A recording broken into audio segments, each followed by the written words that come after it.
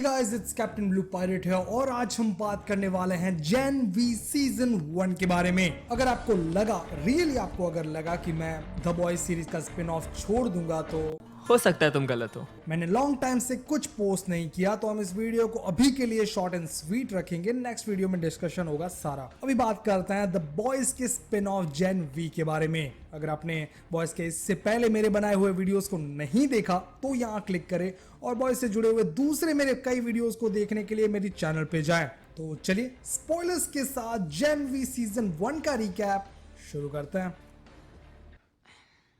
Okay, recap.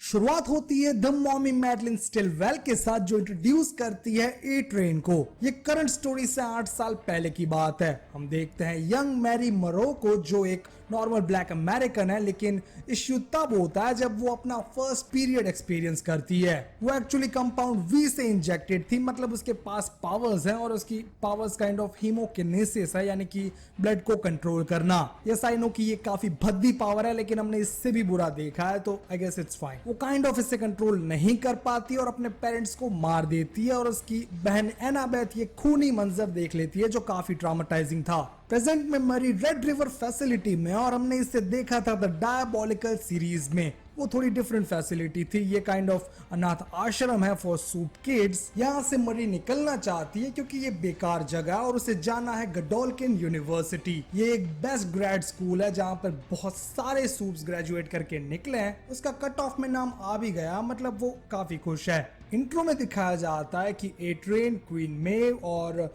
Deep जैसे बहुत सारे सूप्स इसी यूनिवर्सिटी से निकले हैं। मरी मिलती है इंदिरा शेट्टी से, जो यहाँ की डीन है, और वो अपने रूममेट से भी मिलती है जिसका नाम है एमा मायर। इसका निकनेम है क्रिकेट, और अपने पावर से ये अपनी साइज चेंज कर सकती है, काइंड ऑफ एंटमैन। कैंपस में हम मिलते हैं लूक से, जो फायर को कंट्रोल करता है, और उसका बेस्ट फ्रेंड एंड्रू, जिसके पास टेलीकिनेसिस पावर्स हैं। लूक की जीएफके डनलैप, जो अपने टच से आपको कुछ भी करवा सकती है, एंड जॉर्डन ली, जो एक बाय जेंडर बंदा है और उसके दोनों जेंडर्स के पास अलग अलग पावर्स हैं। मरी अपसेट हो जाती है क्योंकि उसे क्राइम फाइटिंग यूनिट में जाना था, लेकिन उसे आर्ट्स मिला जो उसे पसंद नहीं है। रात को कैंपस में से एक बंदा एस्केप कर रहा होता है, जिसे मरी और आंड्रे मिलकर रोक लेते हैं। ये लोग बताता है कि उसे मेथ का नशा है, लेकिन वो रियलिटी नहीं है, हम भी जानते हैं। आंड्रे इनवाइट करता है मरी को नेक्स्ट डे पार्टी के लिए, और ये काइंड ऑफ काफी पॉपुलर ग्रुप है, इसलिए मरी पार्टी का इनविटेशन एक्सेप्ट कर लेती है। पार्टी काफी सही जा रही थी, लेकिन आंड्रे की मिस्टेक से एक बंदी की जान जाने वाली थी और ग्रुप यहाँ से भाग जाता है, लेकिन मरी अपनी पावर से उस बंदी को बचा लेती है।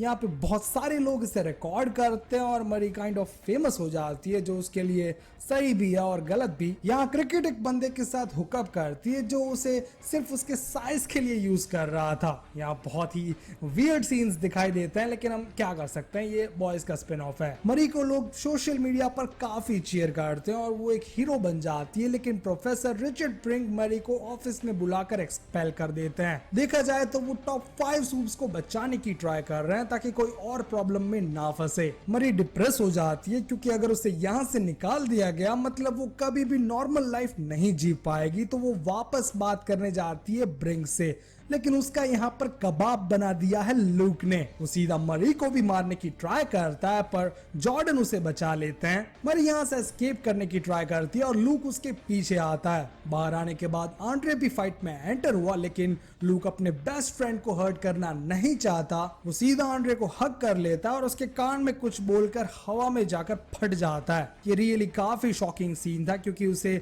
द 7 की पोजीशन मिल गई थी जिसका सेलिब्रेशन वो लोग कर रहे थे, लेकिन I guess he is dead now. Luke की डेथ के बाद वॉट कवर अप में लग जाता और एशली नहीं चाहती कि वुड्स की कोई भी बात बाहर आए जो उनका सीक्रेट था। शेटी इस सिचुएशन को काफी अच्छी तरीके से हैंडल करती है और वो लोग मरी और आंड्रे को क्रेडिट देते हैं सबको बचाने के लिए। वो डिक्लेयर करते हैं कि लूक पागल हो गया था और सबसे पहले उसने ब्रिंक को मार दिया और फिर खुद सुसाइड कर लिया। सेम टाइम में स्टूडेंट रेटिंग्स अनाउंस हुई और मरी फर्स्ट फ्रेशमैन स्टूडेंट बनी जो टॉप 5 के अंदर थी, जो अपने आप में बहुत ही बड़ी बात है। डीन इंड्रा शैटी भी मरी को अपना फ्रेंड बनाने की ट्राई करती है और एमा को मिलती है जस्टिना ग्रासिया जो उसे काफी अच्छे से ट्रीट करती है और इसी कारण एमा अपना डार्क सीक्रेट बताती है। उसे जब भी अपनी साइज बड़ी करनी या फिर छोटी करनी हो तो उसे खाना खा के प्यूक करना पड़ता है, जो काफी डिस्गस्टिंग था। ये पूरा कन्वर्सेशन काफी प्राइवेट था जो ये बंदी रिकॉर्ड कर लेती है और ऑनलाइन पोस्ट कर देती है। You dumb fucking bitch! Andre और केट लॉन्च करते हैं अपना खुद का इन्वेस्टिगेशन और लूक ने मरने से पहले कहा था कि सीक्रेट आंद्रे के फादर के पास है। वो अपने डैड से बात करता है लेकिन वो कुछ रिवील नहीं करते, लेकिन जब आंद्रे अपने डैड के स्टैचू को चेक करता है उसे ये वीडियो मिला। एक्चुअली में लूक को ये बताया गया था कि उसके भाई की डेथ हो गई है, लेकिन ऐसा नहीं है। वो एक्चुअली वुड्स नाम की एक फैसिलिटी के अंदर बंद है और वहां पे उसे टॉर्चर किया जा रहा है, इसलिए लूक उसे बचाना चाहता था। आंद्रे ब्रिंक के ऑफिस में जाता है फॉर मोर इन्फॉर्मेशन, जबकि मरी जाती है गाला में जो ब्रिंक की डेथ के लिए रखी गई थी। यहाँ इंटरव्यू में पता चलता है कि उसकी सिस्टर उससे मिलना नहीं चाहती, जिससे वो काफी डिसअपॉइंट हो जाती है। जॉर्डन ली ने काइंड ऑफ उसकी जान बचाई थी, लेकिन वो उसे जरा भी मेंशन नहीं करती, जबकि ये जॉर्डन की रिक्वेस्ट थी कि वो कुछ ना कुछ तो बोले। यहाँ आंद्रे वुड्स के अंदर घुस जाता है लेकिन वो पकड़ा गया और बहुत ही बड़ी प्रॉब्लम में फंसने वाला था कि केट आके उसे बचा लेती है और ये काफी वियर्ड तरीका था, ये तो मानना पड़ेगा। 3 साल पहले लूक और केट सैम से मिलने गए क्योंकि वो बहुत ही गुस्सा था। उसे पता चल गया था कि कंपाउंड वी से उसके पेरेंट्स ने उसे इजेक्ट किया, जिससे उसकी लाइफ अभी नॉर्मल नहीं रही है। केट और लोग उसे समझाने की ट्राई करता है लेकिन वो एक बंदे को मार देता है, जिसके बाद केट उसे शांत करती है। प्रेजेंट में आंद्रे और केट डिस्कस करते हैं कि कैसे वो अपनी जान दांव पर लगाकर काम नहीं कर सकते। प्लस आंद्रे प्रॉमिस करता है कि वो बिना उसके कोई इन्वेस्टिगेशन नहीं करेगा, जिसके बाद वो छई छपच्छई करते हैं। मरी को मिलती है एमा और उसकी हालत बहुत खराब है। इंटरनेट पर वो बदनाम हो रही है and it was really worse. Next day Indira मरी को फंडरेजर के लिए इनवाइट करती है जो ब्रिंक की मेमोरी में रखा गया था। इन लोगों ने पब्लिसिटी के नाम पे ऑलरेडी 3-4 फंक्शंस रख लिए, लेकिन भाड़ में जाए। एमा की मॉम उससे मिलने आती है जो उसे ऑल्सो फंडरेजर में ले जाना चाहती थी। यहाँ वो उसे एक रियलिटी शो की बात करती है और एमा बिग बॉस में जाना नहीं चाहती तो वो इसे रिजेक्ट कर देती है। मरी भी यहीं पर थी और लोग उसके पेरेंट्स से मिलना चाहते थे और इंटरेक्शन काफी ऑफुल था, तो एंड में वो दोनों बाथरूम में मिलते हैं और फिर से दोस्त बन जाते हैं। जॉर्डन के पेरेंट्स उससे मिलने आते हैं और उसके फादर को पसंद नहीं है कि वो एक लड़की बन जाता है, क्योंकि वो एक लड़का था। मतलब जॉर्डन ऐसा ही फील करता है, लेकिन ये उसके पेरेंट्स परवाह नहीं करते।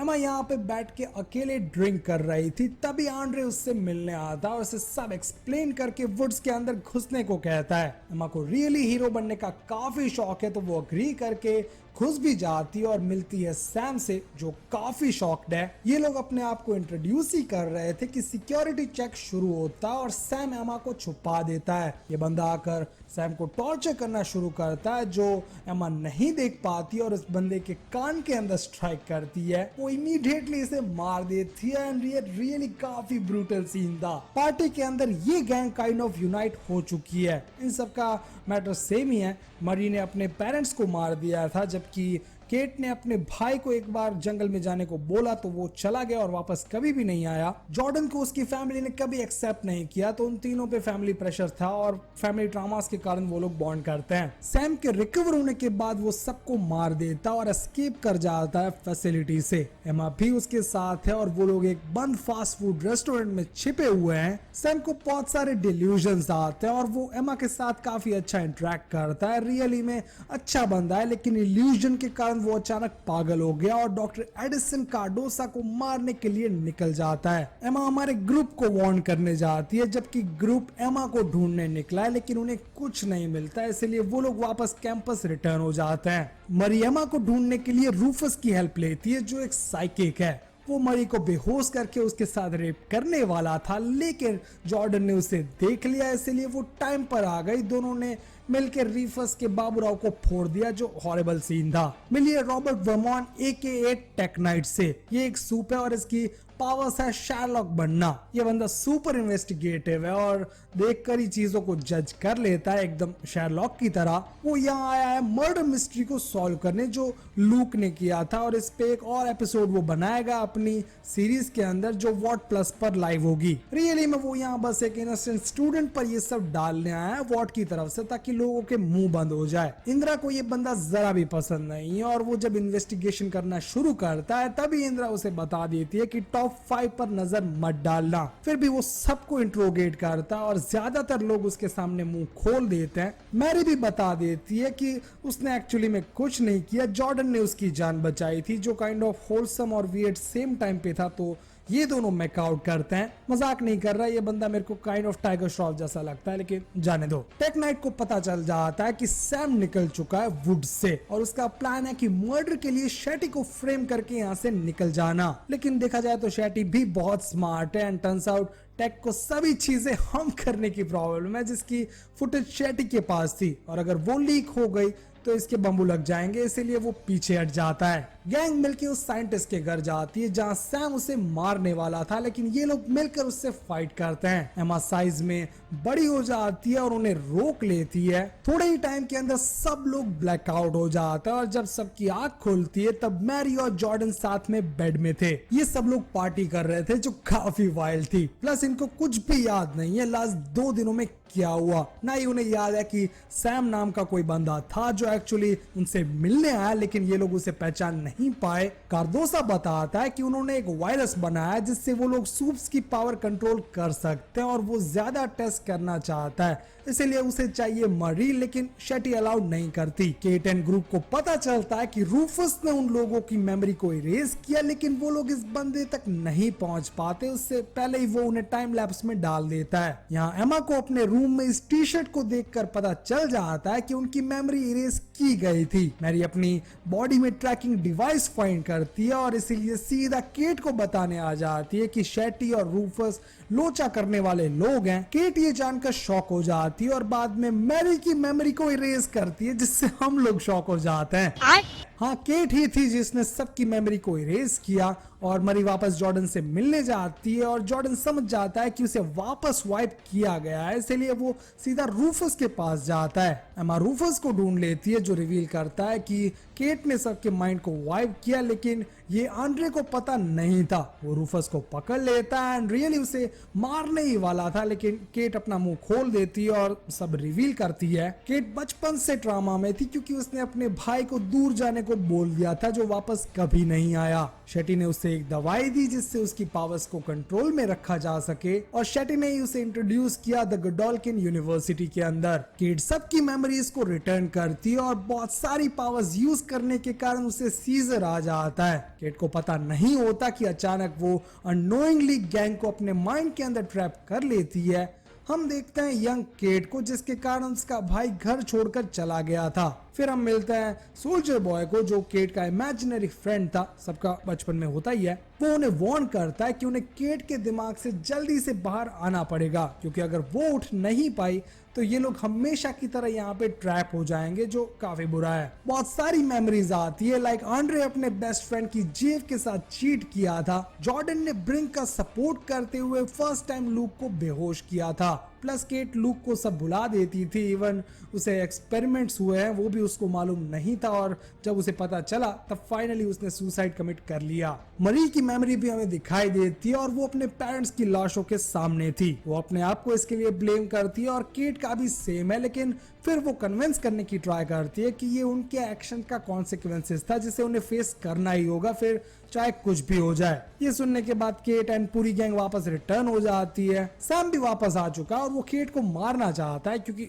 उसे याद है कि केट ने क्या क्या किया था, पर यहाँ एमा उसे रोक लेती है। टीम को पता चलता है कि शेटी दूसरे किड्स पर भी एक्सपेरिमेंट कर रही है, लेकिन उनका प्लान क्या है ये अभी तक क्लियर नहीं है। कार्डोसा का बनाया हुआ वायरस काफी पावरफुल है, इससे सिर्फ सूप्स की पावर एब्जॉर्ब नहीं होती पर वो मर भी सकते हैं, जो काफी शॉकिंग था क्योंकि सूप्स को मारना इम्पॉसिबल है। शेटी बताती है कि उन्हें ये वायरस एयर में चाहिए ताकि कंटेजियस इफेक्ट कुछ ज्यादा ही हो और ज्यादा टारगेट मर सके। मरी और जॉर्डन प्लान बनाते हैं कि शेटी की ऑफिस में घुस के एविडेंस को चोरी करेंगे और विक्टोरिया न्यूमैन को देंगे जो गोडोल्किन यूनिवर्सिटी में कॉन्फ्रेंस के लिए आ रही है। यहाँ उन्हें पता चलता है कि शेटी की फैमिली होमलैंडर के कारण गिरे प्लेन में मर गई थी जो बॉय सीजन 1 के दौरान हुआ था। ये लोग यही थे कि कार्डोसा एंटर होता है, वो भी ड्रंक हालत में, और वायरस के बारे में बड़बड़ कर देता है जो मरी और जॉर्डन सुन लेते हैं। वैसे शेटी अभी कर्नल ग्रेस मैलोरी के साथ है ताकि वो लोग वायरस को ग्लोबली रिलीज कर सके और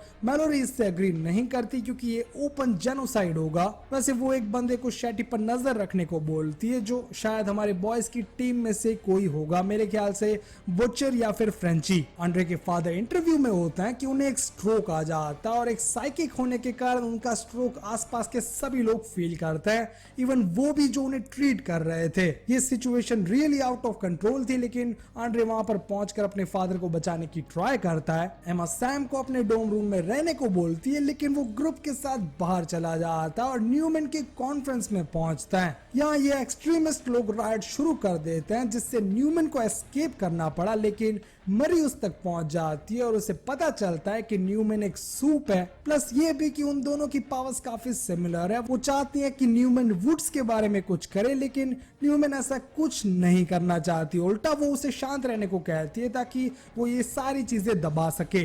केट शेटी का कांटेक्ट करती है और गैंग के इकट्ठा होने के बाद सब कुछ रिवील होता है। टीम को पता चलता है कि उसकी फैमिली की डेथ प्लेन क्रैश में हुई और शेटी को जरा भी सूप्स पसंद नहीं है, इसलिए वो सबको एक साथ मारना चाहती है। इस सीन को देखकर मुझे ऐसा लग रहा है कि शेटी ने जानबूझकर अपने आप को मरवाया है केट के हाथों ताकि एक वॉर शुरू हो सके सूप्स और ह्यूमंस के बीच।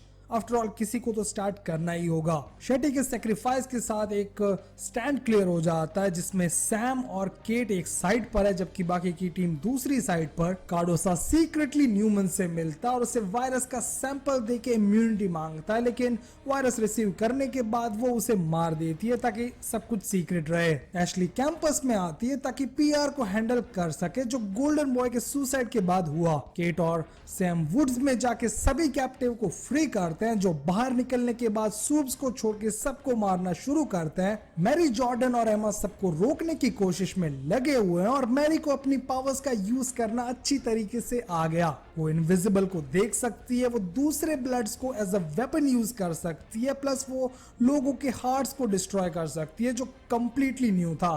सैम को उसका इमेजिनरी भाई रोकने की ट्राई करता है लेकिन केट की एबिलिटी का यूज करके वो उसे फील करना ही बंद कर देती है जिससे वो काफी डेंजरस है। आंड्रे को पता चलता है कि उसके फादर के सीजर का कारण उनका ब्रेन था जिसके कारण अब वो पावर्स यूज नहीं कर पाएंगे। उनका प्लान है आंड्रे को नेक्स्ट पोलैरिटी बनाने का और वो अपने फादर को इनहेरिट करेगा, इसीलिए वो यहाँ से निकलता है सूप से फाइट लेने के लिए। मरी जॉर्डन को रेस्क्यू करती है और केट जॉर्डन को माइंड कंट्रोल करने की ट्राई करती है लेकिन बूम मैरी उसका हाथ फोड़ देती है जो रियली मैसी था। लेकिन तभी एंट्री हुई होमलैंडर की जिसे एशली ने बुलाया था और होमलैंडर ने एक्चुअली में मैरी की साइड जाना चाहिए लेकिन हम जानते हैं वो पहले से ही रेसिस्ट है तो वो सीधा मैरी पर अटैक करता है। केट और सैम को गार्डियंस ऑफ गोडोल्किन डिक्लेयर किया जाता है और होमलैंडर इससे काफी खुश है। मरी, जॉर्डन, एमा और आंड्रे एक सीड हॉस्पिटल के अंदर बंद है और उन्हें डेथ्स का रिस्पॉन्सिबल माना गया है। एंड में हमें बुचर दिखाई देता है जो विजिट लेता है वुड्स की और इसके साथ द जेनवी सीरीज का सीजन 1 कंप्लीट होता है। तो बस गाइस आज के लिए इतना ही। अगर ये वीडियो पसंद आया हो तो लाइक करो और कमेंट सेक्शन में मुझे जरूर बताओ कि अगली कौन सी सीरीज पर बात करना चाहोगे और मैं जो पहली कमेंट देखूंगा मैं उसी पे वीडियो बना दूंगा विदाउट एनी थिंकिंग। तो प्लीज कमेंट करो। हम मिलते रहेंगे ऐसे ही वीडियोस पे। See you guys, catch you on my next video. Thanks for watching.